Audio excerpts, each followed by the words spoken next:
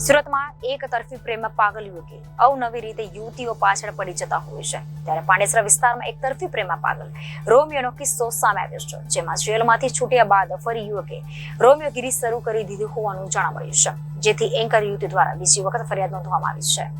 પાંડેસરા પોલીસે વિપિન શુક્લાની ધરપકડ કરી છે। ગત વર્ષે આરોપી વિપિન ફેસબુક અને ઇન્સ્ટાગ્રામ પરથી મોબાઈલ નંબર મેળવી લીધો હતો। ત્યારબાદ વિપિન શુક્લા યુવતીનો પીછો કરી લગ્ન માટે દબાણ કરતો હતો। આરોપી વિપિન જેલ ગયા બાદ જામીન પર છૂટ્યો હતો। ફરી એન્કર યુવતીને પરેશાન કરતો હતો, સાથે ધમકી પણ આપતો હતો। વિપિન દ્વારા ફરી ત્રાસ આપવામાં શરૂ કરવામાં આવ્યું હતું, જેથી એન્કર યુવતી દ્વારા પાંડેસરા પોલીસમાં ફરિયાદ કરવામાં આવી છે, જેથી પોલીસે બીજી વખત ગુનો નોંધ્યો હતો। પહેલા ગુનામાં જામીન પર રહેલા વિપિનની પોલીસે ધરપકડ કરી હતી। સાહેબ, વિપિન કરીને એક આરોપી પકડાયો છે, એનું શું કારણ છે અને એનો ભૂતકાળ શું છે?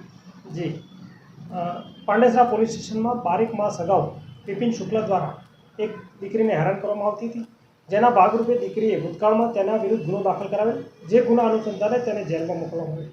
કેટલોક સમય જેલમાં રહ્યા બાદ તેના જામીન થયેલ અને તે બહાર આવેલ।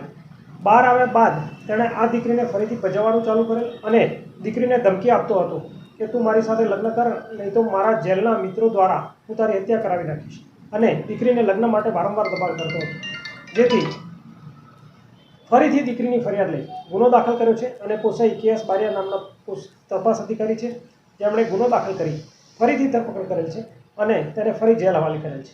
Reporter Arvind Rathod, Janadesh news, Surat.